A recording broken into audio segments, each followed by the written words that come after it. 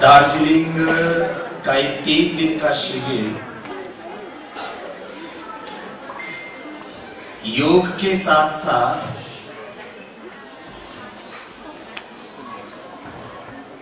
दार्जिलिंग क्षेत्र में एक नई सोच, नई क्रांति,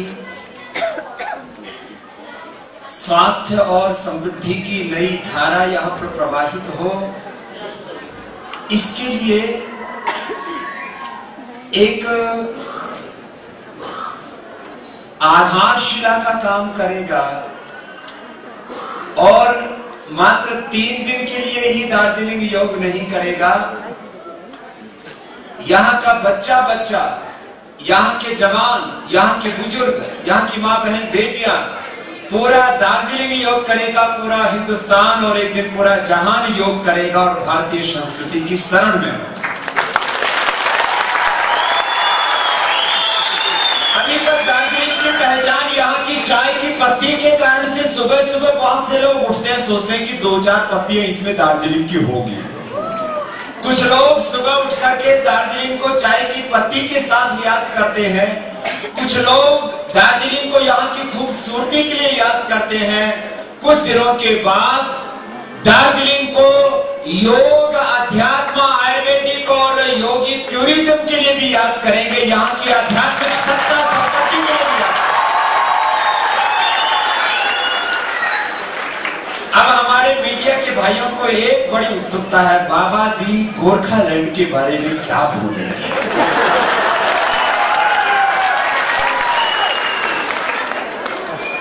अच्छा, मैं आपसे पूछता हूं, बात आती है जब किसी राज्य के गठन की, तो वहां पर बात की जाती है कि भाई भाषाओं के आधार पर नए राज्य की गठन की बात करना न्यायपूर्ण नहीं है।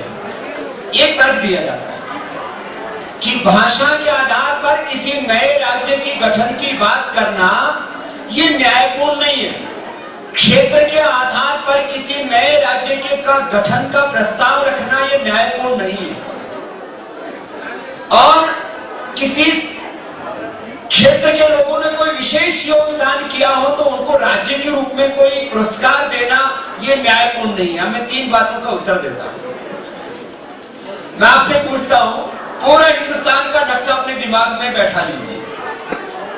जम्मू कश्मीर से लेकर के, हिमाचल से लेकर के, उत्तराखंड से लेकर के और इधर पूर्वोत्तर के 7 राज्यों से लेकर के, असम से लेकर के, पश्चिम बंगाल से लेकर के, उड़ीसा से लेकर के, समुद्र के किनारे किनारे नीचे तक चले जाइए और आंध्र प्रदेश, कर्नाटक और बाद में तमिलनाडु, केरल और उधर छोटा सा एक राज्य गोवा और फिर महाराष्ट्र और फिर गुजरात और फिर मध्य प्रदेश और फिर बीच में दिल्ली के चारों तरफ आ जाइए और वहां पर पंजाब, हरियाणा सबको देखिए। मैं आपसे पूछता हूं, गुजरात में लोग क्या गुजराती बोलते हैं, इसके आधार पर उस राज्य का पृथक अस्तित्व है या नहीं? जब गुजराती बोलने वालों के लिए गुजरात बनाया जा सकता है तो ये न्यायपूर्ण है या नहीं?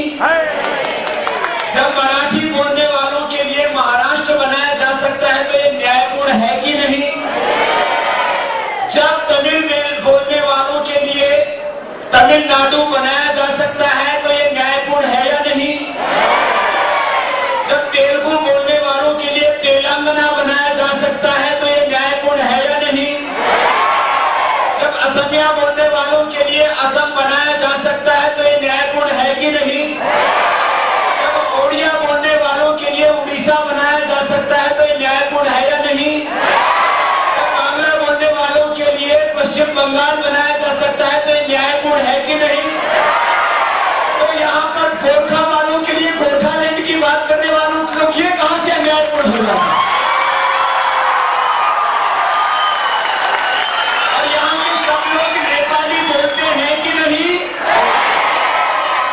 मुझे भी नेपाली समझने तो आती है, बोलने में थोड़ी दिक्कत है और मुझे नेपाली भाषा के लिए उतना ही गौरव है जितना हिंदी भाषा के लिए गौरव है।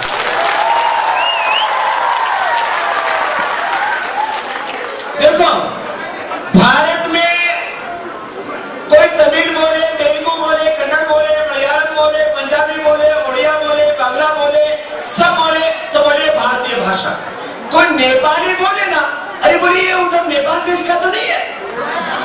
ये दृष्टि ठीक नहीं है।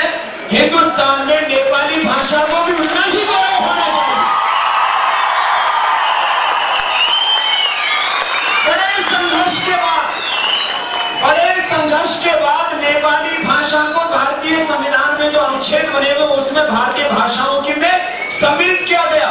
माने नेपाली भाषा को संविधान की अनुसूची में भारतीय भाषाओं में सम्मिलित करने के लिए भी आंदोलन करना पड़ा, तो तुम्हें गोरखालैंड के लिए भी आंदोलन करना पड़े तो कोई नई बात नहीं।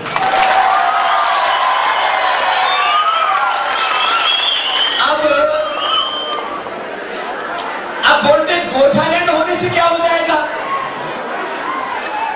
यहां पर छोटे बच्चे भी और यहां पर बड़े भी। हमारे खून में एक जज्बा होना चाहिए और वो जज्बा यह होना चाहिए सबसे पहले मैं ईश्वर की संतान हूं। सबसे पहले मैं क्या हूं बोलो? ईश्वर का संतान, ईश्वर की संतान। हम सबसे पहले किसकी संतान है? ईश्वर। दूसरी बात, तो इस ईश्वर की संतान के रूप में जिन्होंने इस आर्यावर्त देश में जन्म लिया वो सब ऋषि पुत्र है कि राक्षस पुत्र? तो हम ऋषि पुत्र हैं, ऋषियों की संतान है, ये दूसरी बात है। लेकिन अब तीसरी बात यह है कि हमारी 1,94,08,93,116 वर्ष पुरानी, करीब 200 करोड़ वर्ष पुरानी संस्कृति में समय समय पर कुछ ऐसे अपने पूर्वज हुए, उनकी एक परंपरा चली आई है। ये कोई गोरखा कोई जाति पाति नहीं है, ब्राह्मण क्षत्रिय वैश्य शूद्र दलित वाल्मीकि आदिवासी वनवासी ऐसे कोई जाति नहीं है। गोरखा एक वो शब्द है जिसमें शौर्य, जिसमें स्वाभिमान, जिसमें खुददारी, जिसके अंदर अपने प्राणों की आहुति अपने वतन के लिए दे देना और डरना नहीं, अपने स्वधर्म अपने राष्ट्र धर्म का पालन करना, उसे पीछे नहीं हटना। और हिंदुस्तान में ही नहीं, हिंदुस्तान से लेकर के और मैंने यूनाइटेड किंगडम तक, यूरोप तक देखा है, इंग्लैंड तक देखा है कि गोरखा नाम बोलते ही लोगों के मन में एक भरोसा जगता है, यह आदमी गद्दार नहीं हो सकता, यह आदमी धोखा नहीं कर सकता, इस आदमी को जहां खड़ा कर देंगे उसके लिए लड़ेगा और जीतेगा। ये तो बात है उसके साथ। अब गोरखा लोगों को मैंने देखा, लोग बोलते हैं गोरखालैंड होने से क्या हो जाएगा। अब इनसे पूछो गोवा होने से क्या हो गया? गोवा की आबादी कितनी है पता है आप लोगों को? इतनी है जितनी आप लोग 15-16 लाख। जब 15-16 लाख का गोवा एक छोटी सी आबादी होते हुए, और गोवा को तो आजाद होने में भी वक्त लग गया था, एक छोटी सी आबादी वाला गोवा जब विश्व के मानचित्र में अपनी जगह बना सकता है तो गोरखालैंड भी पूरी दुनिया के मानचित्र में अपनी जगह।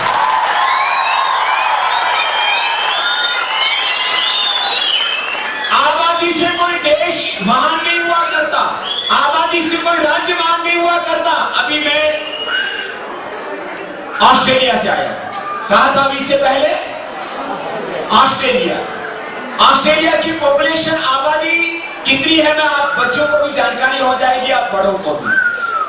ऑस्ट्रेलिया की कुल आबादी है लगभग 2.5 करोड़। कितनी आबादी है? और क्षेत्रफल है हिंदुस्तान से 2.5 गुना ज्यादा। क्षेत्रफल कितना है हिंदुस्तान से? अब पूरी दुनिया में जब ताकतवर मुल्कों का नाम लिया जाता है तो उसका नाम तो हिंदुस्तान का कितना होना चाहिए? हमारी आबादी 125 करोड़ और उसकी आबादी 2.5 करोड़। कितना ज्यादा कमजोर होना चाहिए हमसे आबादी के हिसाब से?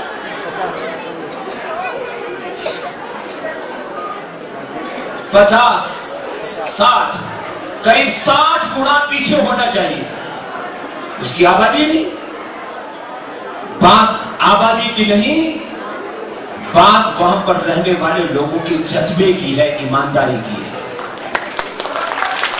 वहां के लोग ऑनेस्टी के साथ, सुनो, ऑस्ट्रिया के लोगों ने ईमानदारी के साथ मेहनत की, ऑनेस्टी एंड हार्डवर्क, और आज दुनिया के मानचित्र पर ऑस्ट्रेलिया का नाम गौरव से लिया जाता है। क्यों?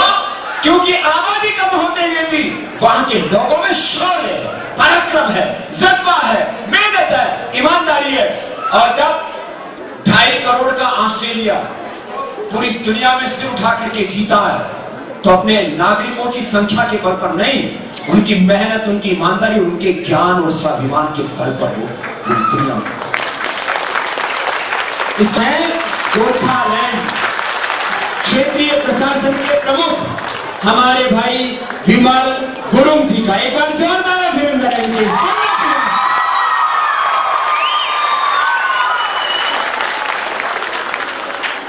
तो देखो, ये बातें सत्य बातें हैं ना। अब बोलते हैं बाबा जी जैसे आप बात करते हो वैसे दूसरे सन्यासी क्यों नहीं करते? अरे उनसे जाके पूछो, मेरे से क्यों पूछते? मैंने कोई गलत बात की अभी तक? आज अभी तक मैंने कोई आपके सामने कोई गलत बात की? जन्म से लेकर के आज तक मैंने कोई गलत काम किया? ये मीडिया वालों ने तो जिस गांव में मैं पैदा हुआ वहां से लेके आज तक सब कुछ दिखाया। बाबा यहाँ इस खेत में पैदा हुआ, इस घर में रहा, इस स्कूल में पढ़ा, अरे सब किया। मैं एक अनपढ़ माँ बाप के घर में पैदा हुआ, कहाँ हुआ हूँ? अनपढ़ इलिटरेट माँ बाप के घर में, किसान के घर में, गरीब के घर में पैदा हुआ हूँ, सामान्य परिवार में।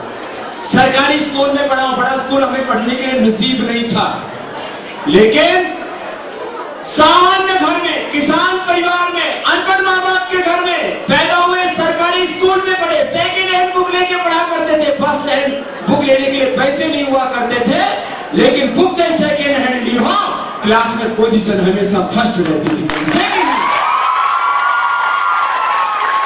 और मैं सबसे कहता हूं, हमें हेल्थ में, फिटनेस में, नॉलेज में रहना है नंबर,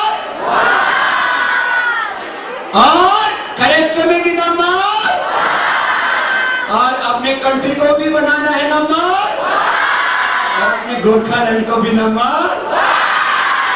ऐसा जज्बा होना चाहिए अपने भीतर, यही है स्वाभिमान।